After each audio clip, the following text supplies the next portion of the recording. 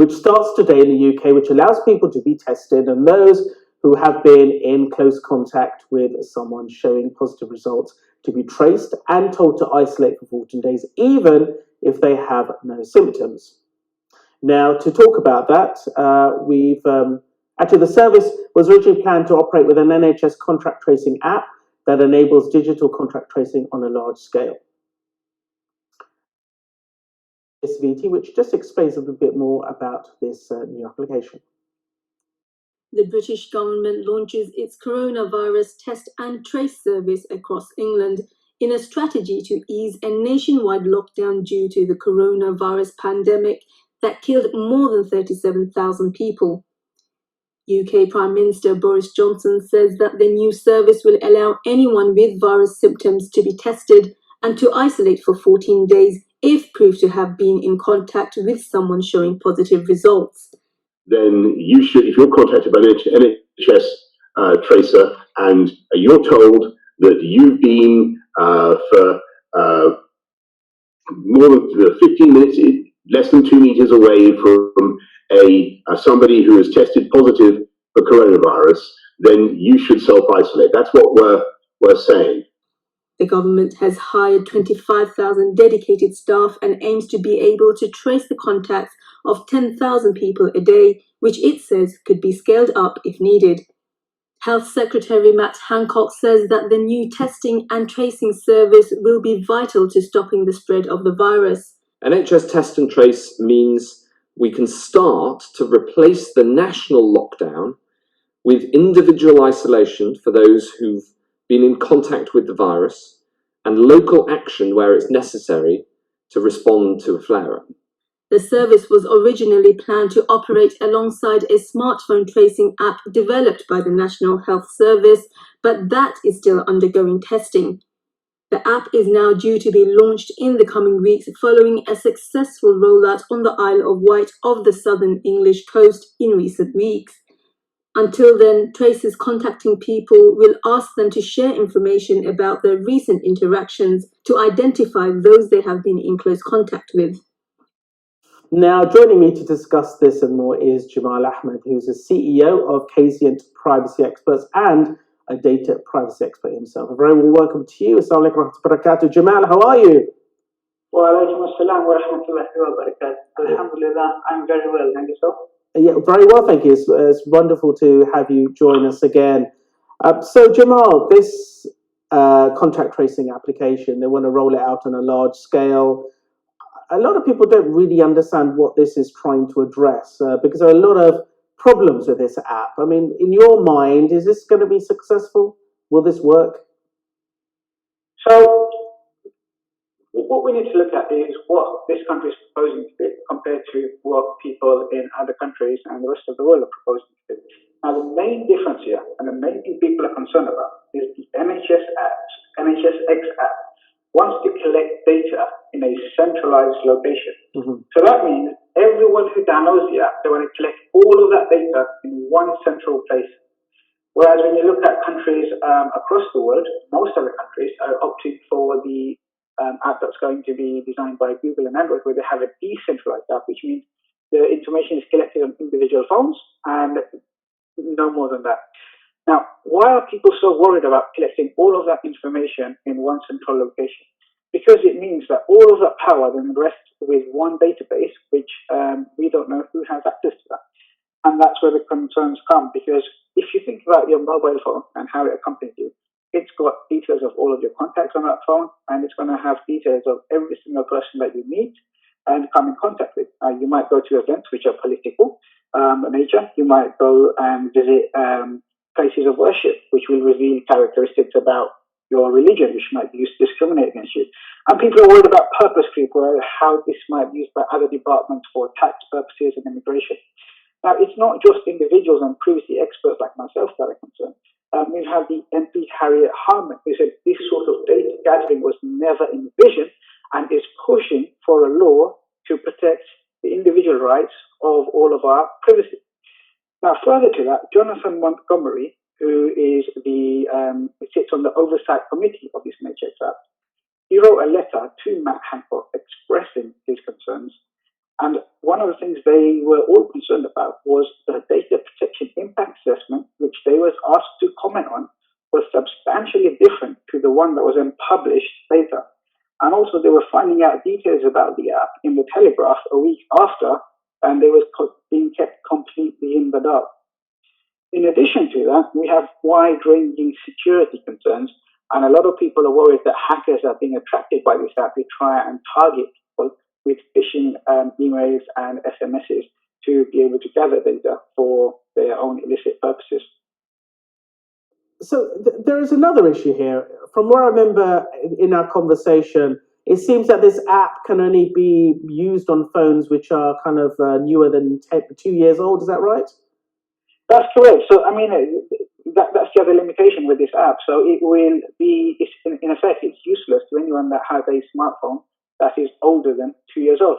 And if you think about the size of the population in the UK and how many people actually have a smartphone, you'll be surprised to learn that it's not that many.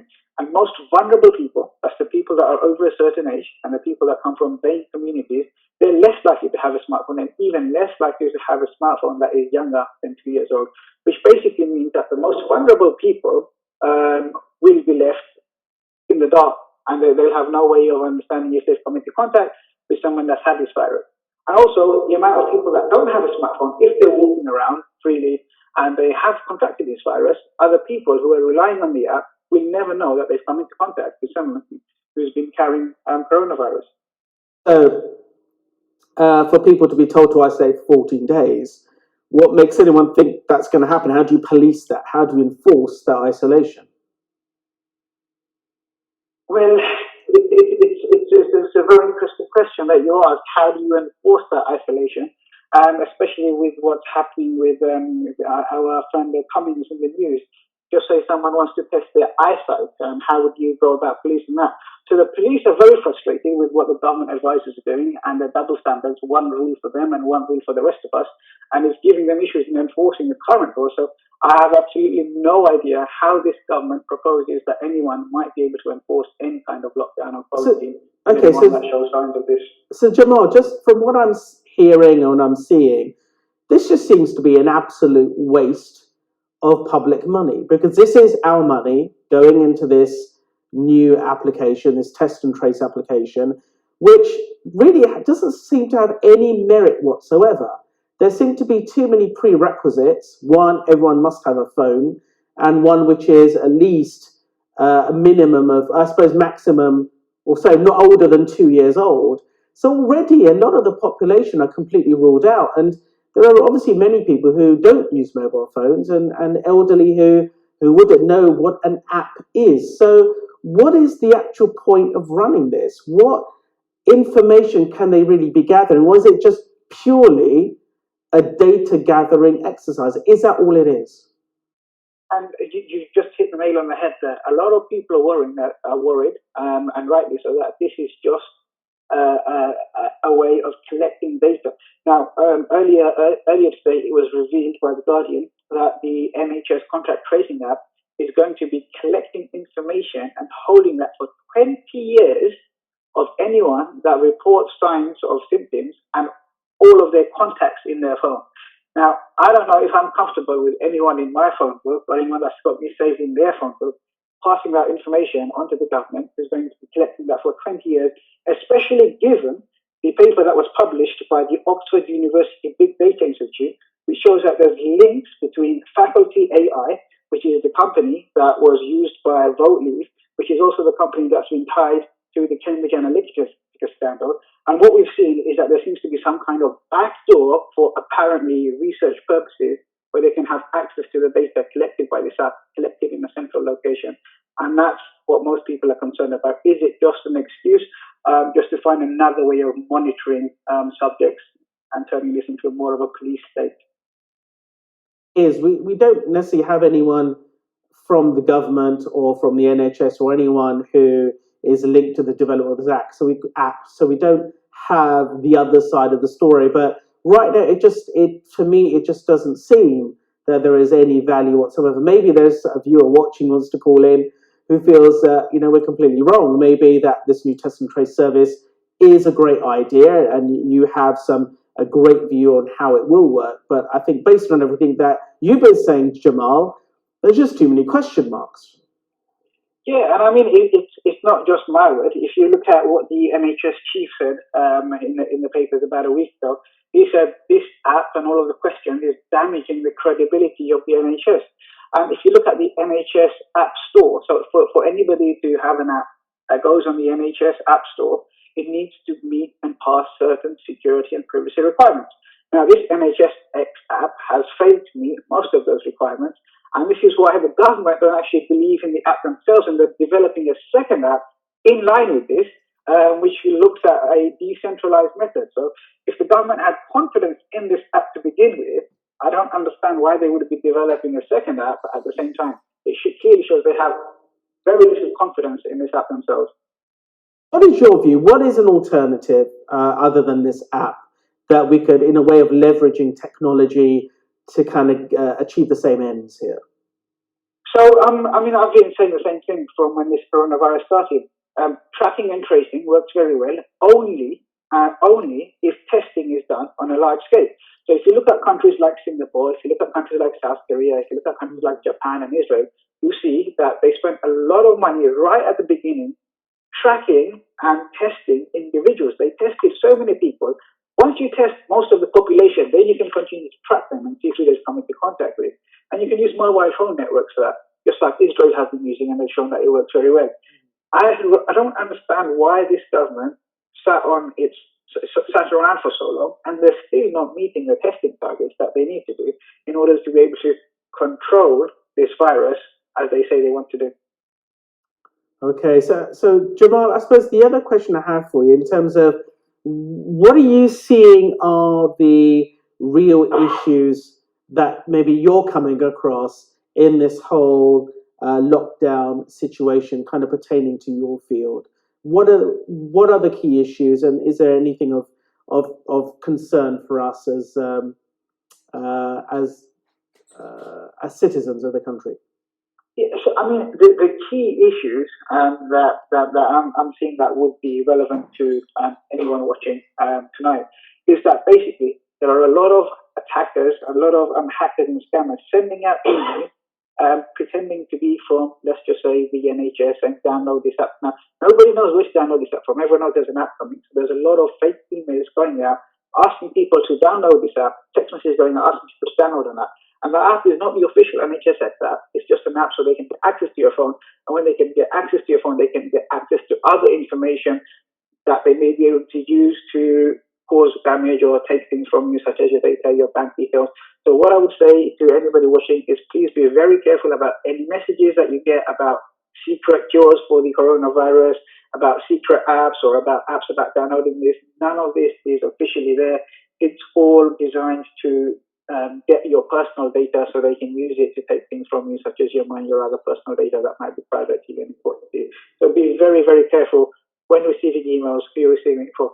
And the other important thing is because all of the offices and most of the institutions are on lockdown, a lot of people are receiving invoices pretending to be from a company that they normally do business with and asking them to make payments into another bank account.